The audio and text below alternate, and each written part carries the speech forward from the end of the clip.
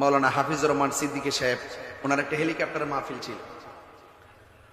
তুফানের কারণে উনি আসতে পারে নাই। হেলিকপ্টার তো তুফানে উড়বে না, উড়বে? এখন মাহফিল কমিটির যেখানে মাহফিলটা করবে সেখানে বৃষ্টি নাই, তুফানও নাই। বুঝতে পারতেছে কথাটা? এখন যত কিছু হোক, একটা মাহফিল যখন করে কমিটিরা অনেক কষ্ট করে আয়োজনটা করে, এটা সত্য। কিন্তু যেহেতু তুফানের কারণে হেলিকপ্টারটা উঠতে পারতেছে না, সেই বিষয়টা কিন্তু কমিটিদেরকে বুঝতে হবে। কথা বলেন ঠিক না?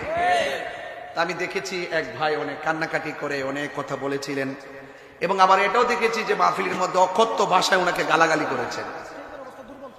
এটা কিন্তু উচিত না। এটা কি না? উচিত না, গালাগালি করা উচিত।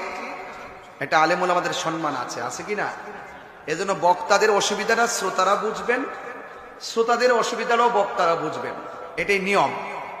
কখনো বক্তাদের অসুবিধা হবে, শ্রোতা বুঝে নিতে হবে, কমিটি বুঝতে হবে। কখনো কমিটিদের অসুবিধা হলে বক্তাদেরকে বুঝতে হবে। কথা বলেন ঠিক কিনা? কিন্তু আলেমুল আমাদেরকে গালাগালি করা যাবে। আজকে হয়তো এই মাহফিলটা যদি তুফানের কারণে না হইতো, প্রয়োজনে এই মাহফিলটা আরেকটা ডেট দিতাম, আবারও আসার সুযোগ আছে না নাই? যখন আপনি আমাকে গালাগালি করবেন তখন কিন্তু আপনাদের এলাকার সাথে আমার সম্পর্কটা কি হয়ে যাবে?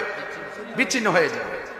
এই জন্য একজন আরেকজনের সুখ দুঃখ বোঝার চেষ্টা করবে। আমি এই বিষয়টা, তিনি যে কোনো অঙ্গনের হোক, আমি এই ব্যবহারগুলো আমি অনেক কষ্ট পেয়েছি। এগুলো উচিত নয়, এগুলা উচিত নয়। আজকে হয়তো সমস্যা, আগামীতে সুবিধা